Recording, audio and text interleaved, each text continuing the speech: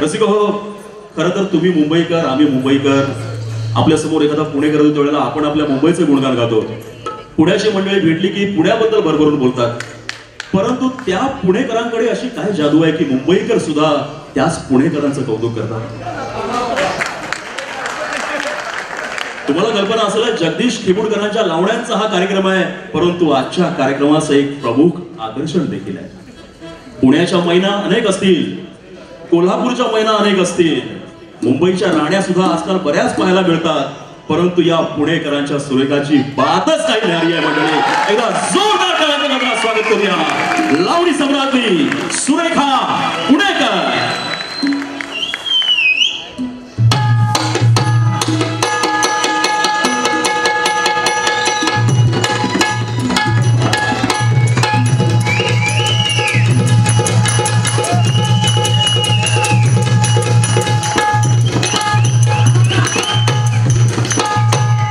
रसिक हो, मला सांगायला खूप आनंद वाटतो की आज मला ह्या कार्यक्रमामध्ये संधी दिली.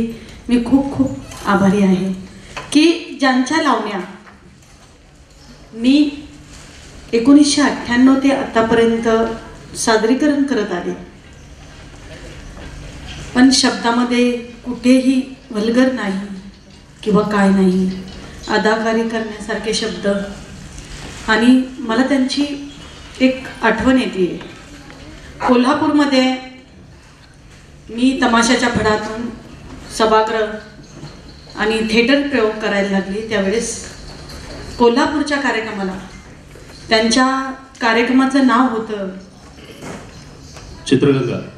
चित्रगंगा आणखीन एक लावण्यांचा कार्यक्रम होता गावरान मेवा. हां, गावरान मेवा.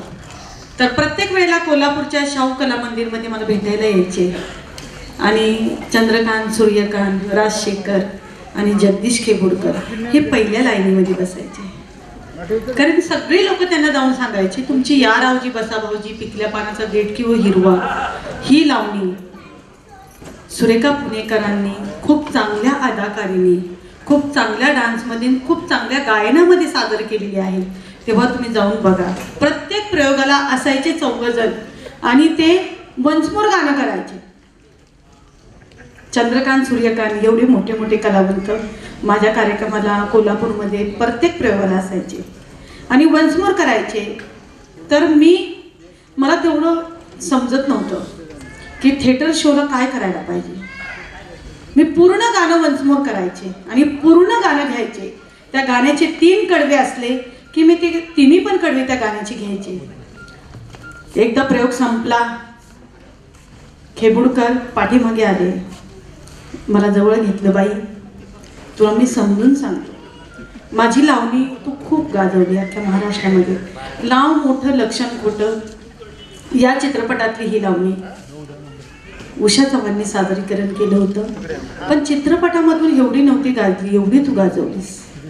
पण मला एक आवर्जून सांगावंसं वाटतं की जर तुला वन्समोर आला तर तू 3 कडवे नाही घ्यायचे, एकच कडवं घ्यायचं. नाहीतर तुझ्या कार्यक्रमाला पुन्हा 3 तास करावं लागेल. पुन्हा 3 तास तुझा कार्यक्रम तुला करावा लागेल. आणि तिथून प्रत्येक कार्यक्रमावाले तसेच घ्यायचे आणि तिथून मग ते लोकांना सवय झाली एकच कडवं. वन्समोर म्हटलं की एकच कडवं. ते आत्तापर्यंत चालू आहे. हे त्यांचं सांगणं आहे की खरंच असा कलावंत, अशी शब्दांची फेक कलाकार असा होणे नाही. मला खूप वाईट वाटतं त्यांचं. सुरेखाताई, खरं तर तुम्हाला मी 25 प्रश्न विचारणार होतो, परंतु क्षण असा आहे की मी 24 प्रश्न आता तुम्हाला विचारणार नाही. एकच प्रश्न विचारला. आता आमचे रसिक प्रेक्षक सुरेखा पुणेकर, जगदीश खिबुडकरांचे शब्द, चित्रपट नाव मोठं लक्षण खोटं.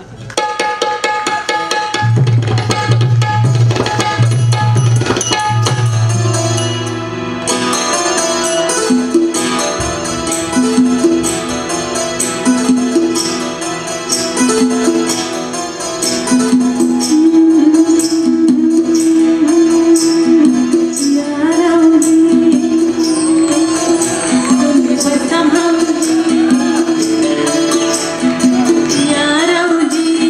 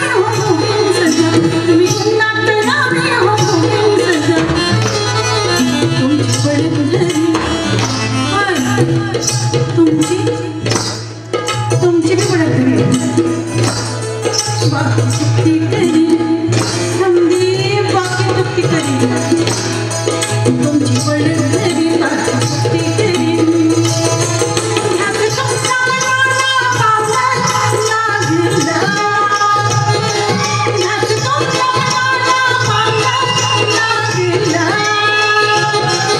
पडदा नाचेचा पडदा नाचेचा पडदा नाचेचा नाचेचा पेकेला पडदा नाचेचा नाचेचा पेकेला पडदा नाचेचा नाचेचा पेकेला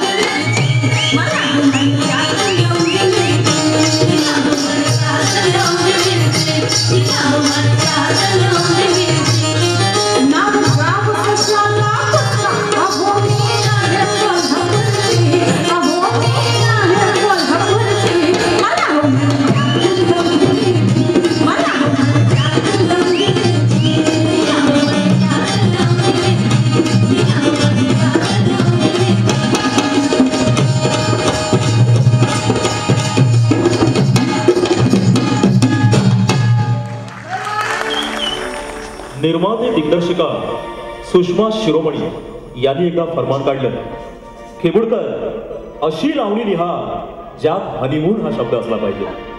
आणि मग खेबुडकरांनी लिहिली ही लावणी.